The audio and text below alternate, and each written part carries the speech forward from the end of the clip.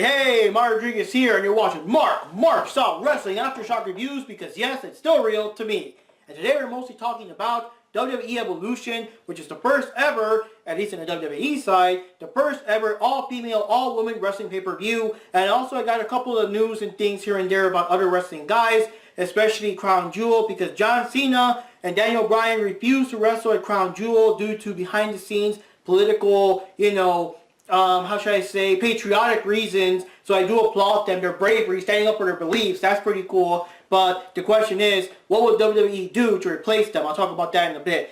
But as for the actual event here, WWE Evolution, there was actually a dark match I didn't know about. It's Rhea Ripley versus Dakota Kai for the NXT UK Women's Championship. I don't really know who was the champ like before the match, but Rhea Ripley won. I do love Rhea Ripley though. She's fucking awesome. I do want a Rhea Ripley shirt, damn it. But, and also she is wrestling in NXT UK. That's weird though, because Dakota Kai was in regular NXT. I don't know if they took her to UK or not.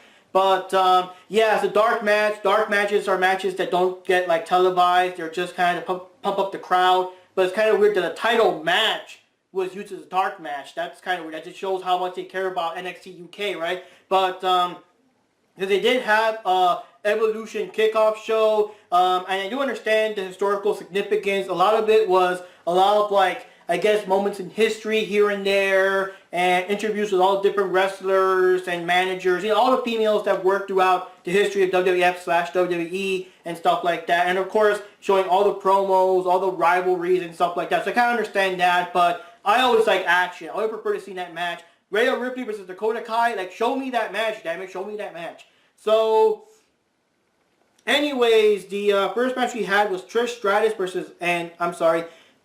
Stratus and Lita versus Mickie James and Alicia Fox in a tag team match with Alexa Bliss, like, supporting them. And, yeah, originally it was supposed to be Alexa Bliss versus Trish Stratus and a separate match, Mickie James versus Lita. But since Alexa Bliss got injured in her match with Ronda Rousey, they turned into a tag team match, Alexa Bliss and Mickie James versus Lita and Trish, because in the tag team match, like, Mickie James could do all the heavy lifting, so Alexa doesn't take, too many bumps or whatever. But apparently she is so injured that they don't want to risk her, like, in the ring at all. So in the last episode of SmackDown before Evolution, they actually had Mickie James team up with Alicia Fox to kind of like jump Lita and Trish or whatever, to kind of show off that, I guess, Alicia Fox is on their side too. So now we got Alicia Fox and Mickie James taking place, replacing Alexa Bliss. And Alexa Bliss was just there. I usually tried to interfere here and there, but she didn't actually, like, get in there. So she's still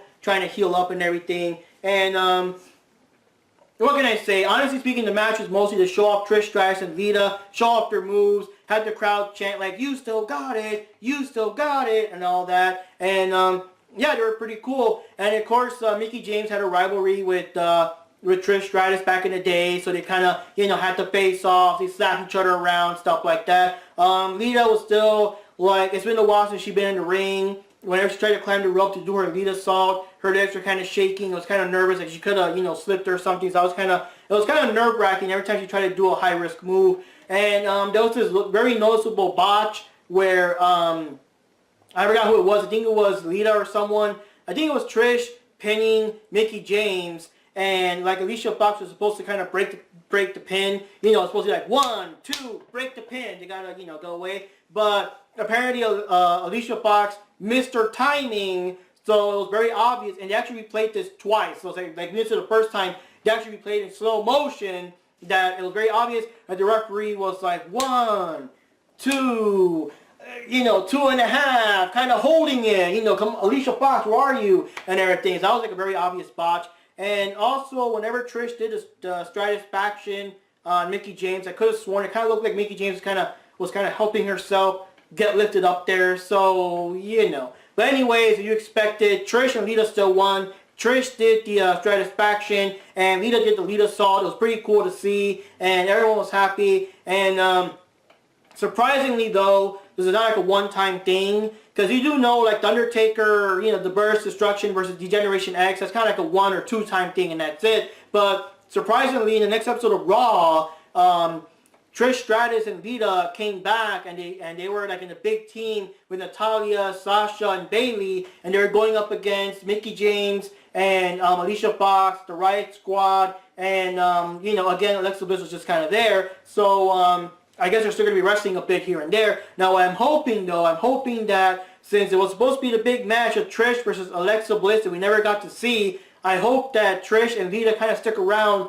long enough for Alexa to kind of, heal up. They can have their big match, and then we'll see after that if Trish is going to stick around and what's happening. But yeah, that is pretty awesome. I hope they stick around. I do want to see that match and see what happens there. And the next match we had, it was a 20-woman battle royale for the women's championship. Basically, whoever wins the battle royale will get a championship shot. And also, of course, with these matches, you got to throw each other over the ropes to win. Over the top rope, not the middle or the bottom, over the top rope. And yeah, a lot of classics. We had Molly Holly there. We had Tori Wilson. We had Alundra Blaze. And it really surprised me. We had Michelle McCool and Kelly Kelly. I'm like, holy shit, Michelle McCool and Kelly Kelly. Like, what the fuck? We haven't seen these guys in a long-ass time. I remember seeing them back in 2009 when we were playing Raw vs. SmackDown 2009 with Pete. Like, that's like way back then, But then, of course, we had like Nia Jax and Ember Moon, Asuka,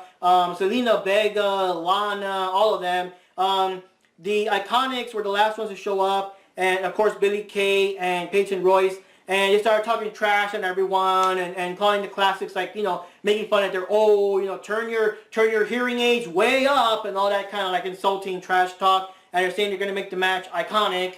So, yeah. They were the first ones out. Everyone hated them, so everyone attacked them and threw them out. They were the first ones out. And we also had a moment where Carmella paused the match to do her dance break. She has a new thing with R-Truth where they both just do a dance break. So some of the girls danced with them too. That was kind of fun to watch. And let me see here. I also feel that the girls got thrown out too quickly. I think Molly Holly and Tori Wilson and Michelle McCool, Kelly Kelly, they were all thrown out like so quickly that they were basically there just to say that they were there. They barely did anything. They probably did a spot or two, but they got thrown out way too quickly. I gotta give credit though, because Alundra Blaze, she really stuck it out. She was like there like the last. She was like the last fifth or sixth person there. So it's like, holy shit, she can hang. That was fucking impressive. That was fucking awesome. And also with Roman Reigns, he did mention that he has leukemia, so like a real life thing, so he has to leave until he can recover, which we hope that he recovers. Of course, our heart goes out to Roman Reigns. Love him or hate him, like the actual character, whatever, but the actual guy behind the character, Joe, we hope that he can beat this, So there was a moment that kind of played homage to it where Nia Jax and Tamina did like a face-off. Then he did the Roman Reigns ooh ah thing and started attacking everyone. So that was kind of a cool throwback there, kind of like a cool homage there. Not 100% sure Roman Reigns is related to both of them or something, but still, it's still pretty cool. So anyways, they got rid of Alundra Blaze. Again, I give credit for her lasting so long. The last four women were Ember Moon, Asuka, Tamina, and Nia Jax. And yeah, Ember Moon got rid of Asuka. I can't complain too much because those two were pretty much evenly matched in NXT. Ember Moon did take down Asuka before, so I'm way happier with her being taken down by her than by like Lana or the Iconics, So yeah, Ember Moon started to fight it out. Tamina and Nia Jax had another face-off. They're really trying to build something. I hope they actually do build something with them and have an actual solo match. They've been kind of like getting into each other's spaces a lot lately, so I hope they actually have a match. And what can I say? Nia Jax threw out Tamina. Ember Moon tried to fight her and everything. They're supposed to be, I guess, friends, but everyone for themselves. So Nia Jax still got rid of Ember Moon, and surprisingly, Selena Vega was still in the match. I guess she got thrown out to the middle rope or something. She was still in the match. So she came in, she tried to attack Nia Jax. Nia Jax still got rid of her, and Nia Jax is the winner of the 2018 All-Female Battle Royale, where she will have a title shot against whatever champion that she chooses. So that's kind of cool. And see what happens here. Then we had Io Shirai versus Toni Storm. They were the last two of the Mae Young Classic, the 2018 Mae Young Classic. Of course, I've been covering them in my blog. I'll be putting a link below to all the blog articles related to the Mae Young Classic. These are the two final women. What can I say? It was an interesting match. I had no idea who was going to win. I kind of sort of thought Io was going to win, but like they both have very strong fan bases, and they made a big deal about like Io Shirai is WWE's like biggest signing ever. Oh my God, so I thought she was going to win, and yeah, it was pretty cool. But yeah, in the end, Toni Storm did win. I'm surprised the match was kind of short. It was about 10 or so minutes, and considering the fact that the matches they had to qualify for this, like Toni Storm fought against let me see, I'm trying to remember who went against who. Toni Storm fought against Meiko Satomura, and that was a long, intense match, and she still won. And Rhea Ripley went against Io Shirai, and it was a long match. It was pretty decent until Io finally won, because damn, she was grabbing her, like Rhea Ripley was grabbing her and digging her nails into her ribs. So that was like an intense match. But I was expecting that the final match to end the tournament would have been at least 15 to 20 minutes or so. Like something super intense. Like fight to the very, till you can barely move or whatever. But yeah, it was pretty short. But Toni Storm did do the Storm Zero on Io Shirai, but she still kicked out. Later on, Io Shirai tried to do her moonsault, but Toni had her knees up, so she landed hard on her knees, and in pain. So Toni got her for the Storm Zero for a second time, and there was no kicking out. And I was surprised. I was like, 1, 2, 3. And I'm like, whoa! I was expecting Io to kick out and keep the fight going. I think Io only did the moonsault outside of the ring. She never actually did like inside the ring. Like at least have Toni kick out of it or something. But yeah, I was surprised. So Toni Storm is the official winner of the 2018 Mae Young Classic. I did the article. I actually read the article about the match in itself with a bit more detail what happened, and as much as I can write, because it was only like about 10 minutes and stuff. But yeah, she's the winner, and she's also on NXT UK, so that's pretty cool. If you want to see more of her in action. Now the real thing is, what about Io Shirai? She's fucking awesome. I love her moveset. She has so many like different holds and submission moves. She got the Meteora, she got the moonsault. She's pretty cool. Oh, she does the 619 too, like Rey Mysterio. That's pretty cool. But I hope she sticks around. I hope she's still in NXT or NXT UK or something. Do something with her. Don't let this be like this special, one-time thing. I hope that she does come back in some way, shape, or form. She's also fucking awesome. The genius of the skies. But again, congratulations to Toni Storm, the Australian Storm. Let's see how far you last in WWE. Let's hope you make it to the main roster as well. I know she's been in the Indies for quite a while, so it's pretty cool. This is like her big break here. And then we had a tag match. We had Sasha Banks, Bayley, and Natalya versus the Riot Squad, which is Ruby Riott, Liv Morgan, and Sarah Logan. 6-woman tag team match. Very noticeable because, of course, Halloween is coming up, which, by the way, I hope you guys are having a safe Halloween watching this video. You guys are probably back counting your candy and stuff by now. I remember those old days. But, yeah, the noticeable thing was that Ruby Riott was dressed up like the guy from, I think it was like the Puppet Master or something like that. The guy from Saw. I'm sorry, I don't know the guy's name, the puppet name from Saw, unless he's just called a puppet, I don't know. And I think Liv Morgan was dressed up like Leatherface or Jason, one of those. I wasn't too clear on her costume, because it didn't really look that different from her regular clothes, But Liv Morgan was Pennywise. She had like the Losers themed shirt, but it says Liv instead of love and everything. And yeah, that was pretty fun. The match was pretty, just a regular match between them. It wasn't too spectacular. I do remember that Bayley did do her frog splash to represent Eddie Guerrero. I'm sorry. Bayley did the flying elbow drop, like the Macho Man Randy Savage, and Sasha Banks did the frog splash to give homage to Eddie Guerrero. So that's pretty cool. But once again, the Riot Squad lost. They seem to always lose, and as far as I know, Liv Morgan and Sarah Logan don't even have finishers. Like, what are their finishers, Give them more to do. Like, at least Ruby Riott has, the Riot Kick, and they keep like talking up about her. They keep saying about, that she's gonna be like the upcoming champion. She says she's gonna be the next champion, and I believe she can do it. She's got the tools to do it and whatever. But it's like, then let her win. All she does is lose and lose and lose and lose and lose, and like I don't know, like. I really want to support the Riot Squad. I love them and I love their gimmick, but you know, what can I say? Whatever. Natalya, Sasha, and Bayley won, and there you go. Not much I can say about that. And let's see here. So then we had Kairi Sane, the Pirate Princess, the current NXT Women's Champion, against Shayna Baszler. Such a big contrast because Kairi's just so like cute and adorable, and Shayna Baszler's out to fucking hurt people. And also, it's kind of a callback because last year's Mae Young Classic, the final match was between them, and Kairi defeated Shayna to become the first official Mae Young Classic tournament winner. So now it's like payback for that too. And yeah, what can I say? Shayna Baszler is, violent. She's aggressive. She stomps on your hand. She does painful moves and bends your limbs in ways they should not be bent.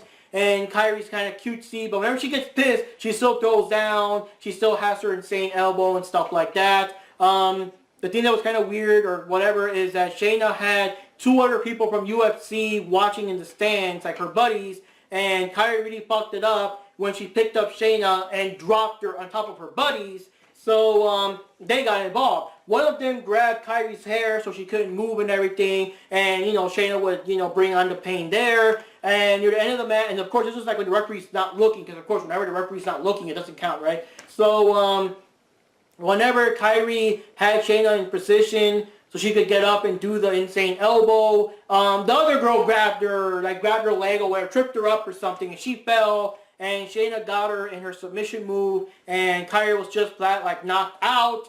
So, yeah, like, she tried to fight it out, she tried to survive, she tried not to tap, but she was knocked out. And now Shayna Baszler, thanks to her UFC buddies, members of the 4 Horsemen, if you include Ronda Rousey, now she's the new NXT Women's Champion, and we'll see who, if anyone, can defeat her at NXT. It's like tough to beat her the first time, like, damn, And what else can I say?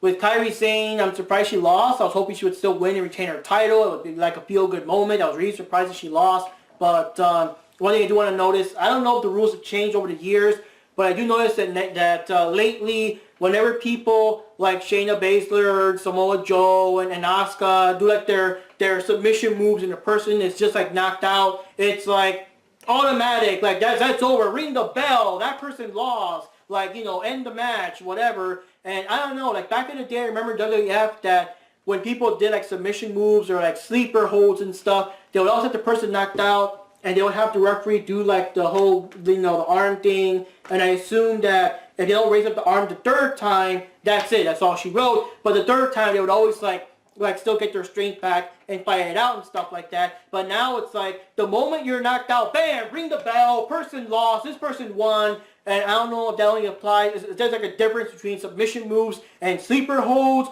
because I've not seen a sleeper hold work in WWE for the longest time. They don't even get to that part. So I don't know if the rules have changed over the years.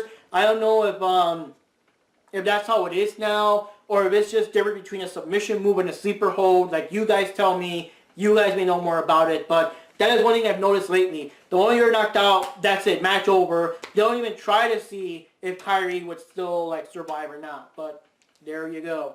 And oh god, this is the badass match. This is the real main event, in my opinion, and I'm sure a lot of people's opinion, even Michael Cole's opinion, right?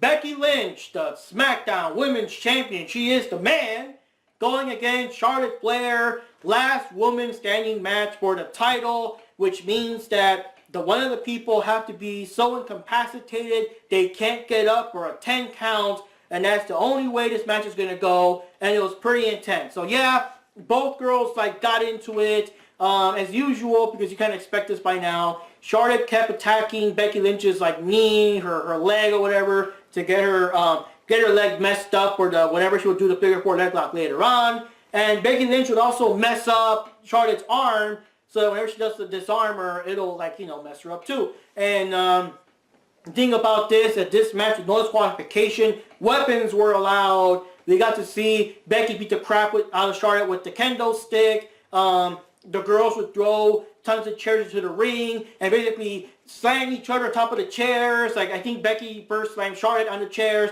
but then Charlotte grabbed Becky and slammed her on the chairs. Super painful, super like intense. There was a funny moment where they grabbed the ladder and Charlotte like grabbed Becky's leg in the ladder and did the figure four, like, you know, through the ladder and stuff. And she did like the figure eight with the arc and everything, and Becky was in so much pain and she was tapping, but in this match, like, I guess tapping out doesn't count. Like, damn, she was in trouble, she was in severe pain, and the referee ever so slightly and subtly kind of sort of kicked the chair near Becky Lynch, because I assume Becky Lynch was supposed to grab a chair and hit Charlotte, but I guess where they were at, they were not close enough to get to the chairs, so the referee had to kind of, you know, give her a little boost there. And it's kind of funny. I know these are botches, but it's kind of funny because it's like the referee is taking sides. If you do like a storyline where the referee was taking sides on Mickie James and taking sides on Becky Lynch, that'd be kind of funny if they actually went with that. But yeah, it's a botch. But yeah, Becky got the chair, thanks ref, and beat the crap out of Charlotte to get out of it. There were more chair smacks here and there. Near the end of the match, where both women were like very badly beaten. You know how it is when you can barely walk, can barely get up. Both women were down. The guys were at the count out, stuff like that. Charlotte started acting like Super Cena, kicking out of everything. They hit her with more chairs and stuff. She was still like, get out of that. Becky flat out buried her under tons of like chairs and tables and all that crap. And it's like, because she just stayed there for a count of 10. But Charlotte still got out of that. And I was like, here we go. Charlotte's going to fucking win. She's going to kick out of everything and just fucking win. Because people just love Charlotte so much and everything. But no. At the very end, Becky got Charlotte on the table, climbed the ladder, and fucking jumped. And I was so scared because I'm like, holy shit, if Charlotte gets out of the way, Becky is fucking screwed. But no, Becky jumped off and just smashed Charlotte through that table. And Charlotte was down, and Becky went to her side of the ring, and it was a 10 count. And it was like tense because I was expecting Charlotte to just get up at any moment and stuff like that. But no. Charlotte stayed down, and Becky Lynch won. She is still the man. She is still the champion. And that was like one hell of a match. It was super intense. Like, I really loved it. And of course, I'm biased because I love Becky Lynch. But outside of that, the match itself was insane. They even went like outside of the ring to the audience, and the tiny chair with like tables and chairs and stuff like outside the audience. They were standing each other on the announcement table. You know, the weapons. It was just insane, and in my opinion, that really was the real main event. And yes, as of right now, Charlotte, get the fuck out of here. Go back to the end of the line. No more rematches, no more matches, no more, like, the match ended undecisively or whatever. No. You get the fuck out of here. And now Becky Lynch can finally move on because, yes, Becky Lynch will be facing Ronda Rousey at Survivor Series champion versus champion. And since the title's not on the line, even if by chance Becky loses, she'll still be champion. She can move on. Get the fuck out of here, Charlotte. Yeah, I know, I'm biased. But anyways, and yeah, that's another thing I do want to say. I was very worried because I was thinking that with how WWE always loves Charlotte so much, and, you know, like, she always has to win at the pay-per-views, it's like, would they really let Charlotte Flair lose at the first ever all-female pay-per-view? And hell yeah, Becky kicked your ass. So anyways, the main event, and I do kind of understand why it's the main event. It's because, number one, they always say Raw is above SmackDown, so now it's like the Raw title match.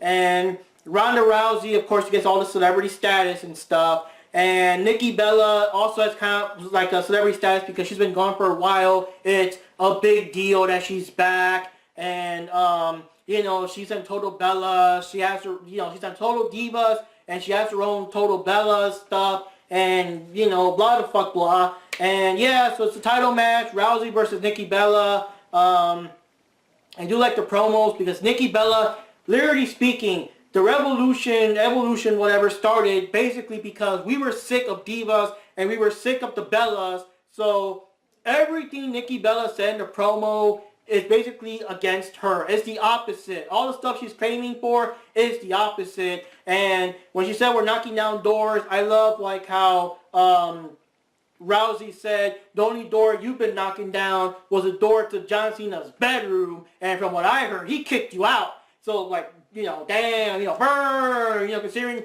you know, assuming that their breakup is real, I still kind of think it might be staged, but still, burn. So anyways, as you expect, with Brie Bella there, it was shenanigans. You know, Brie Bella, Nikki would cheat. Of course, she would do it whenever the referee's not looking. And Rousey would be slammed against the post or something, so she would be injured. They would use wrestling moves on her. I think Nikki grabbed her for the rack attack. I was very scared because not many people kick out of the rack attack 2.0, but but Rousey still survived. And there's a cool spot where she picked up both of the Bella twins and slammed their asses both. So she actually got rid of Brie so that Brie cannot interfere, and she grabbed Nikki Bella in the arm bar and tap, tap, tap, whatever at the end. Ronda Rousey wins. Get the fuck out of here, you botched twins. And she is the champion for Raw and everything. Now, one thing I do want to say is, like, I don't know why, like, the arm bar is so overpowered,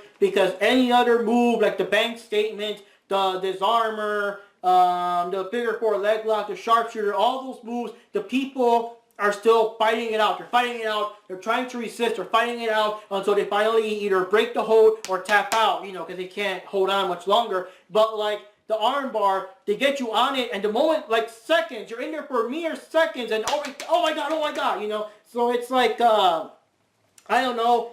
I hope that if Becky does lose to Ronda Rousey, because I'm not sure, would they actually do that? Would they have a SmackDown star beat their top Raw star? I don't know. But if they grab Becky in the armbar, please make Becky put up a fight. Don't make her tap out in seconds. Like, yeah, whatever, but make her fight and resist and whatever, and then tap. Don't make her tap out in mere seconds. Like, what the fuck, you know? Make it awesome. And what can I say? For me, the real main event was Becky versus Charlotte, and even Michael Cole got in trouble, I guess, because he was caught, like, texting on his phone during the main event. But, buddy, I can't blame you. The real thing was Becky versus Charlotte, you know, not the Rousey versus the Botch twins. But there you go. But what can I say? Evolution was pretty awesome. I love the Battle Royale because it was a real Battle Royale. Sometimes the Battle Royales are over, like, in minutes. Everyone just throws each other out in minutes, but here they actually made like a long, lengthy match. It was pretty cool. Of course, Becky Lynch versus Sasha Banks. Becky Lynch versus Charlotte was fucking awesome. The ending of the Mae Young tournament, it should have been a bit longer, but still, you know, good match. They get to show people, the people that don't really care about the Mae Young tournament, they got to see like Io Shirai and Toni Storm for the first time. That's pretty awesome. And Kairi Sane versus Shayna Baszler was pretty cool. So all the matches were pretty cool. The only ones that were kind of so-so was the so-called main event. And I guess, you know, Natalya and them being the right squad for the 1,000th time. You know, what can I say? But pretty good match. Now, another news, like I said before, John Cena was not in the Crown Jewel. The reason it was a problem because the Crown Jewel had a tournament called the World Cup Tournament. It was 4 Raw people and 4 SmackDown people. And John Cena was on the Raw side, I guess, because he didn't have a qualifying match. He just randomly said, John Cena's the first one in. I'm like, okay. So last week, or I guess a few days ago, this past Monday, Baron Corbin randomly said, you know what, Bobby Lashley will be replacing John Cena in the World Cup tournament. And I'm like, works for me, because John Cena never had a match anyways. And they've been playing that out. And it's kind of weird because that was an easy way out.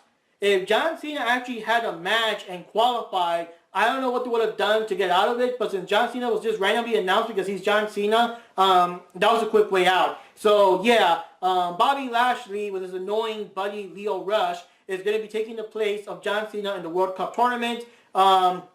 Whoever wins the World Cup tournament will have a championship title match, a title shot to whoever they want, I guess. And Shane also announced to the SmackDown guys that if the final match is like SmackDown versus Raw, and like the SmackDown guy loses to Raw, like let's say it's that particular guy's fault that they lost, he's fired, so that guy will, I mean, obviously go to Raw. But just so you guys know, for the Raw side is Bobby Lashley. My God, I forgot these people's names. Bobby Lashley, Dolph Ziggler, I believe it was Seth Rollins, and Drew McIntyre. And on the SmackDown side is Miz, Jeff Hardy, Rey Mysterio, and oh boy, I'm so bad. Oh, and Randy Orton, you know. So it's those guys. We'll see how that goes. And then the other match was, of course, a championship match between Daniel Bryan, AJ Styles. Of course, it's a big deal if Daniel Bryan doesn't show up, you know. So they took advantage of this. We've seen it happen so many times in so many pay-per-views. There's a big pay-per-view. I'm going to use SummerSlam as an example. SummerSlam as an example here. So you got two guys. They're going to fight at SummerSlam. SummerSlam is like next week or so. The guy's like, you know what? We don't have to wait for SummerSlam. I'll take you on right here, right now. And everyone gets all hyped up. And there's always something to kind of break it up. Or the manager comes in, hey man, if you want to fight my guy, it's going to be at SummerSlam.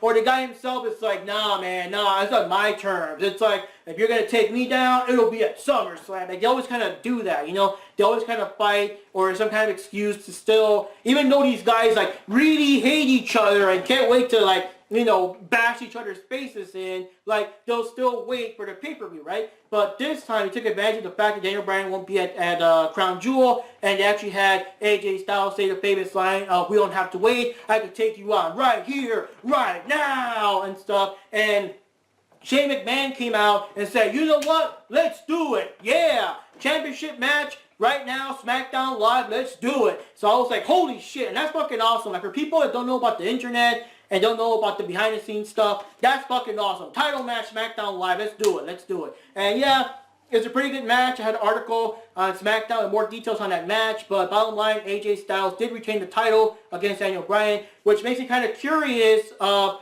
was Daniel Bryan supposed to win if he was at Crown Jewel? We don't know. I guess we'll never know. But Samoa Joe came back and attacked AJ Styles, still acting creepy, still acting like, yeah, I know your wife's waiting for me. I bet your kid is still checking all the doors and windows and all that kind of stuff. You know, daddy's coming home and whatever. So now the match is going to be AJ Styles versus Samoa Joe at Crown Jewel. Because I was wondering, like, if they're going to have the match, what are they going to put in its place? So that's the answer. Now it's going to be AJ Styles versus Samoa Joe, the final chapter in this rivalry, and we'll see what happens at Crown Jewel. And Crown Jewel will be this Friday. I don't know what time, but some weird time because, you know, the time zone difference from Saudi Arabia and us. The match is still in Saudi Arabia. There are rumors about them like moving it or something, but no, it'll still be in Saudi Arabia. But WWE has stopped referencing the fact like at all. I think if you go to the website, it just says no or NA for the location. They are not going to admit that it's at Saudi Arabia. And I'm not 100% sure. I think Renee Young will be doing commentary there. I am not sure how that's going to play out because, of course, in that part of the world, they don't really respect women. So I don't know what WWE is doing. Like, WWE, what are you doing? What are you doing, WWE? I don't know. But anyways, on other news, that's not related to WWE, Cody Rhodes' contract does expire end of this year. He'll be wrestling from here till, I guess, beginning of January. And he did say that, like, he'll be done with Ring of Honor, but he's going to be moving to a new role. And it's got everyone talking. It's not necessarily like a new wrestling company, like going to WWE or whatever. He's going to have a new role. And a lot of us are thinking and kind of hoping is he may actually create his own wrestling company. And that'd be fucking awesome. Like, he could get the backing for Ring of Honor and New Japan Pro Wrestling and, of course, other indie stars trying to rise up. And can you imagine, like, this super badass, like, independent wrestling federation created and run by Cody Rhodes as the booker? That's going to be fucking awesome. Like, that's so awesome. I think he was the one that booked All In and everything. He booked All In the matches, so that's fucking awesome. And that'll show once and for all that he, compare that, him running his own wrestling federation company, whatever you want to call it, and, you know, hopefully succeeding as opposed to jobbing as Stardust and WWE. You know, he's like way better there. Now, for the other guys, there's rumors that the Young Bucks may be in WWE. They've been dropping hints and teasing here and there on social media, saying stuff like they would like to have a match against the Usos. Yeah, why not? Stuff like that. So, they might jump ship. There's been also talking, people have been saying that if you compare like Cody Rhodes, Kenny Omega, and the Young Bucks, of all those people, the Young Bucks are the ones most likely to go to WWE if Vince McMahon drops enough money on their doorstep. So it might be happening. Who knows? I'm not sure their contracts also expire in December or January, but I guess we'll find out. We'll see what's going on. I'll try to watch Ring of Honor to see where the last matches Cody does before he leaves Ring of Honor, but you have to see to find out, I guess. And the last thing, of course, is that Roman Reigns, going back to WWE, Roman Reigns did surprise us all by announcing that he has leukemia. He's been fighting against it for years, and now it came back. And of course, something this big, I mean, we're expecting him to leave it random noise, random ghosts.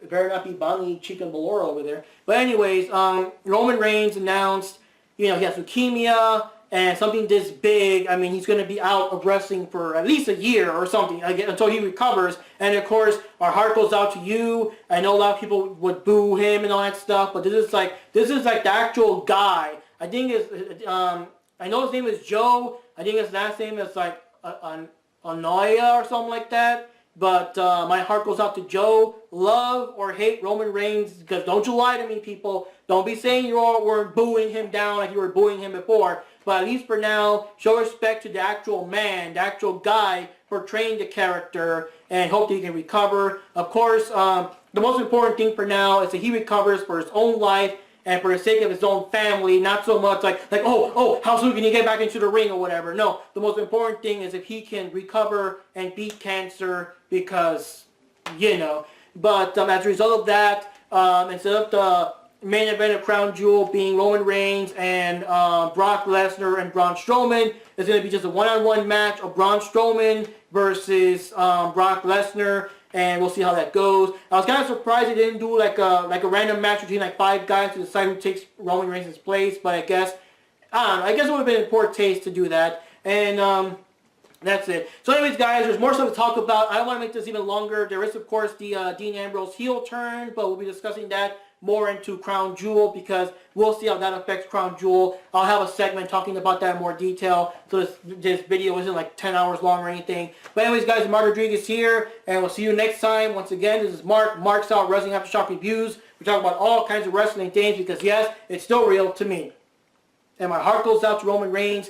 I hope he can beat this buddy. I love how everyone showed his support. I love how everyone kind of like broke character and showed support, even though the people that are supposed to hate him in character, like Braun Strowman and Paul Heyman, they still showed respect. And yeah, man, I hope we see you again. And yeah, that's all I can say. I hope we see you again, man. I hope we can beat this. Take care, everyone.